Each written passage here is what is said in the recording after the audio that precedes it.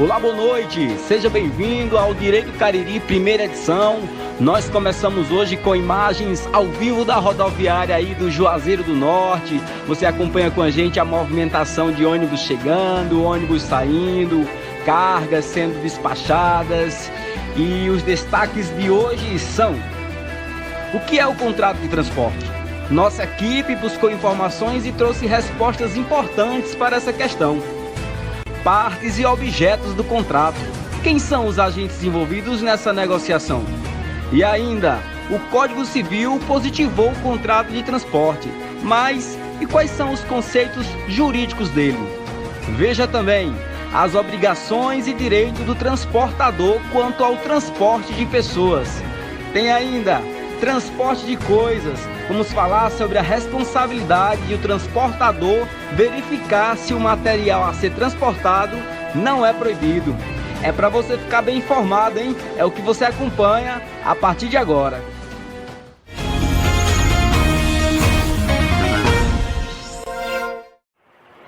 Bora começar que hoje tem muita informação importante para você, viu? Olha, fim de ano chegando, Natal aí batendo na porta. Com isso, cresce o número de pessoas buscando o serviço de transporte. Para falar um pouco sobre esse assunto, a gente recebe hoje a ilustre presença de Gildenor Júnior, estudante dessa área. Ele vai conversar com a gente acerca desse assunto tão pertinente na vida do brasileiro, né, Gildenor? Boa noite, seja bem-vindo.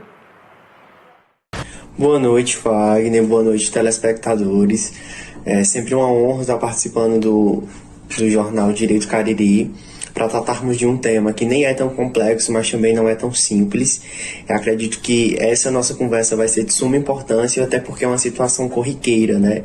Esse tema de contrato de transportes na vida dos brasileiros. Verdade, né? São várias as ocasiões em que nós não sabemos nem que estamos pactuando um contrato de transporte, né? Agora, Gildenor, juridicamente, onde nós conseguimos encontrar mais informações acerca desse tema? E o que é mesmo um contrato de transporte?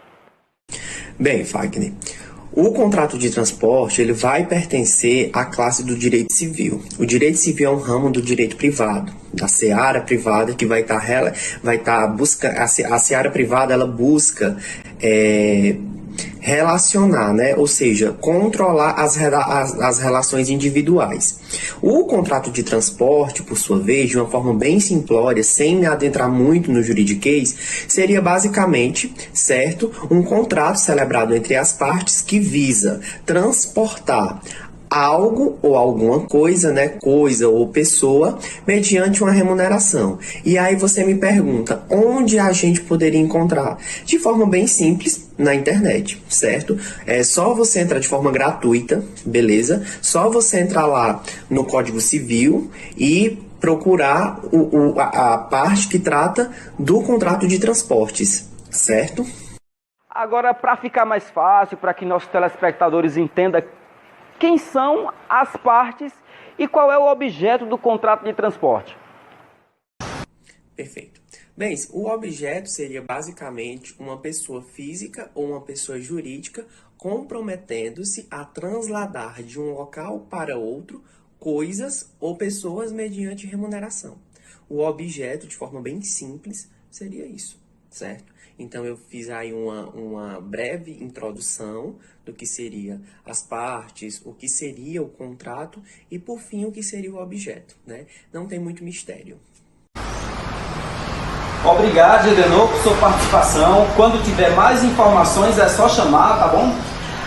Agora, olha, o contrato de transporte ele pode ser gratuito ou oneroso. Para entender um pouco mais sobre isso, eu converso agora com Cíntia Matias, que vai esclarecer essas questões a respeito da natureza desse contrato. Né? Boa noite, Cíntia. Eu imagino que viajar de graça seja a vontade de todo brasileiro, ainda mais nesse tempo, né? Seja bem-vinda. Olá, Fagner, tudo bem? Que bom estar aqui contigo falando sobre um assunto tão relevante que faz parte do nosso cotidiano. E nós nem imaginamos, né, que quando compramos uma passagem, quando enviamos algo, alguma coisa por uma transportadora, nós estamos fazendo um negócio jurídico. E seria muito bom se pudéssemos fazer isso de forma gratuita, né? Mas, Fagner, não é tão simples assim. em regra, todo contrato de transporte ele é oneroso, pois esse tipo de contrato ele é um contrato típico, ou seja, ele está previsto no nosso Código Civil e em algumas leis específicas. O Código Civil ele traz no artigo 730 que, pelo contrato de transporte, alguém se obriga, mediante retribuição, a transportar de um lugar para outro pessoas ou coisas, tá certo? Então, está entendido que essa retribuição para o transportador, ela é obrigatória. Tal onerosidade, ela é essencial, porque o serviço de transporte é uma atividade econômica de fim lucrativo, tá bom? E embora seja feito, mesmo sem uma remuneração, né, mesmo que não exista uma remuneração pecuniária, possibilita ao transportador o recebimento de vantagens indiretas. Então, não é necessário que esse ônus, esse oneroso seja pagando em dinheiro, tá certo? Pode ser um outro tipo de negociação, onde esse transportador tem algum tipo de vantagem, ok? E aí o que a gente não pode confundir é uma cortesia, uma carona, um favor que se faça com um contrato de transporte, tá certo? Isso não é que a gente tem que ter claro, né? Que isso não é um contrato de transporte. Quando a gente tem um acordo de levar alguém, de dar carona para o trabalho, né, para uma festa, tá ok? Isso não é um negócio jurídico, não é um contrato de transporte. Aí você já pensou em pegar uma carona e exigir direitos? Se essa moda pega, né? Agora, Cíntia, existe outra característica do contrato de transporte, né? Fala um pouquinho mais sobre elas pra gente, por favor. Bem, Fagner, as outras características de um contrato de transporte, além de ser oneroso, além de ser típico, né, o contrato de transporte também ele é consensual, porque ele é celebrado pelo simples acordo entre as partes, independente da entrega da coisa ou do embarque do passageiro. Ele também é um contrato bilateral ou sinalagmático, porque gera obrigações para ambas as partes, exceto, né, naquela exceção de ser um transporte gratuito, que tem que ser previsto em cláusula, né, essa gratuidade, ele gera obrigação apenas para o transportador. Então, dessa forma, seria um contrato unilateral, tá certo?